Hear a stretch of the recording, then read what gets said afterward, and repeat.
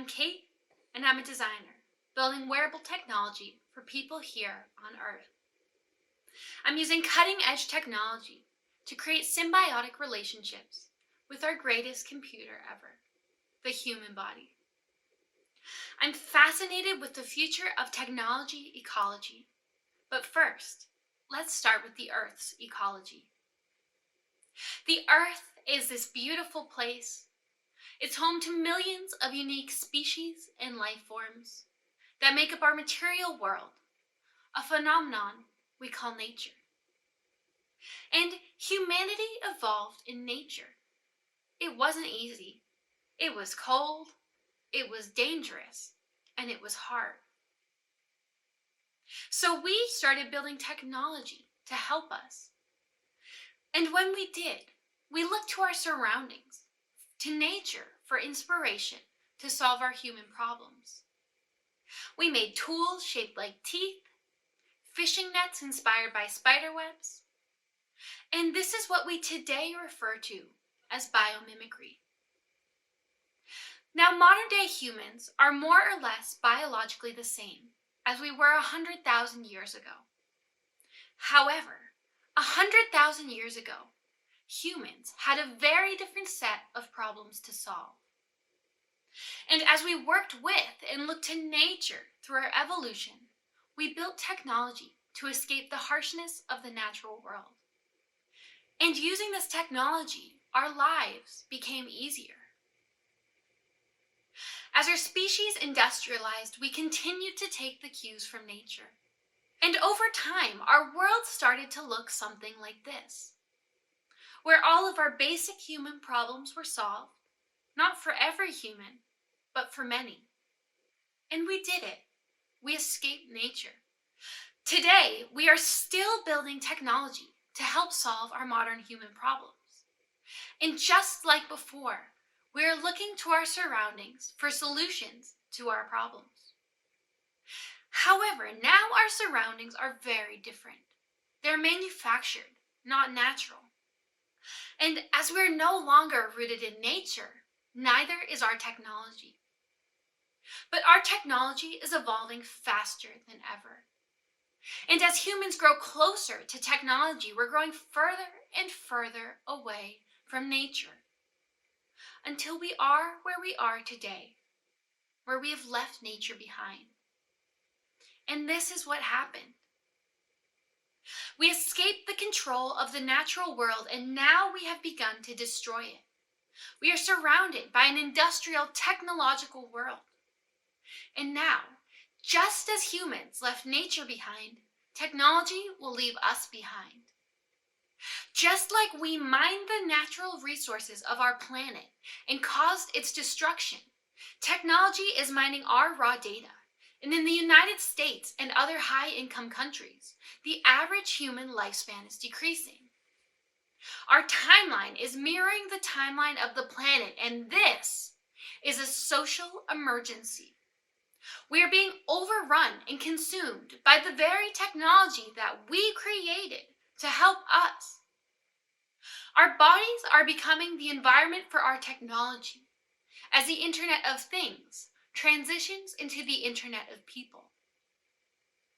Human-to-machine communication is valuable as our own biological data is being bought and sold.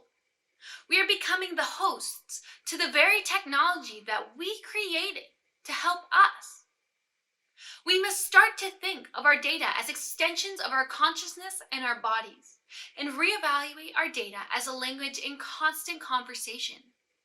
Because in this context, wearable devices become so much more than watches and glasses. They become vehicles for our essence and our first impression to many.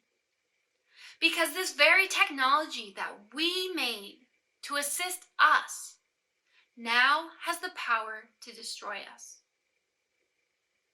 So what are we supposed to do? Well, to compete with the exponential threat of digital intelligence, humans must merge with machine or get left behind. And right now, we're seeing three ways to merge man and machine: through external devices, through implantable devices, and through wearable devices. External devices such as our cell phones and our computers have pretty slow input methods. We're bound by how fast we can scroll and type on a keyboard. Implantable devices are inevitable, and today we are seeing brain implants that are radically changing what it means to be human. But right now, implants are expensive and are many decades off from mass adoption. Yet we are continuing to merge with technology today. And right now, wearables are just right. But our wearable computers of today, like our Apple Watches and our Fitbits, are all influenced by our technological surroundings in science fiction. They look like gadgets imagined in a Star Trek movie. They look like computers, they feel like computers, and they act like computers. Now, this is an unprecedented convergence crisis, as our human body has evolved for millions of years rooted in nature, while computers have evolved for a mere 100 years rooted in sci-fi.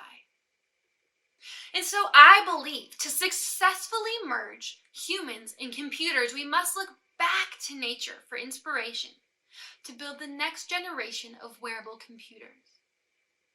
We must create interfaces that feel like the extensions of our bodies that they are. We must create technology that puts the wearer at the forefront and empowers the wearer. We must create interspecies collaborations to grow interfaces that merge technology and ecology. And that's what I'm working on. I'm pioneering a new discipline of wearable computers that merge man and machine through the imitation of nature in form and function. These biomimetic wearable computers utilize biomorphic computational design, unstable media, experimental interfaces, electronic textiles, and augmented materials to create symbiotic interfaces that merge the body with machine. I built my first wearable computer back when I was 14, before the invention of the Apple Watch. It was my first musical prosthetic called the body accordion. It showcased nonverbal communication by turning body movements directly into sound in a way that mimicked other species in nature.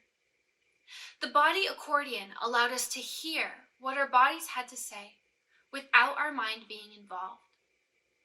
Now, over the past decade, I've continued to explore wearables that interface humans and computers by leveraging our biological input and output method that has developed over millions of years in nature's lab. Like Parasite. Parasite is a spine powered by human fear through moisture exuded through the pores of the skin. The materiality of the copper creates a galvanic skin sensor that responds to the salt in human sweat. The more the wearer sweats, the brighter and brighter it glows, highlighting our parasitic relationship with technology. This next project addresses our time where surveillance capitalism is the norm. I Spy uses the principles of biomimicry as a form of counter-surveillance. I Spy utilizes a StyleGAN algorithm trained with thousands of images of moths and human eyes, developing its own hybrid species of moths which can trick computer surveillance.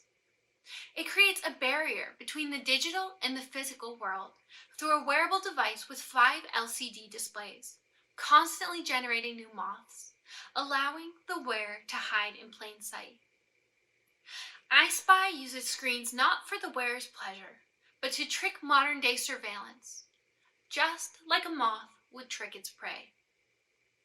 Now, many of these pieces won't make it into our everyday lives today. They are fantastical creations to show that there's another path forward for wearable technology. My work emphasizes that we must think deeply about our relationship with technology, because we are living in a pivotal time in human history, where our technology is moving beyond our control. And if we don't make a shift and build technology that is in conversation with our ecology, we may never have a chance to reconnect our bodies to nature. We must focus the evolution of our technology as if it is a living, breathing part of our ecosystem if we want any hopes in achieving symbiosis and saving our home planet. We must create technology that is grown, not made. But ultimately, it is our body and our choice for the wearable technology we choose to participate with and put on our bodies. But nature might be our only choice to keep humans in control of digital intelligence. Nature has existed on this planet long before we took over, and it will continue to exist long after we disappear. But right now, we each have a choice, either to grow closer to nature or to leave nature behind forever. Thank you.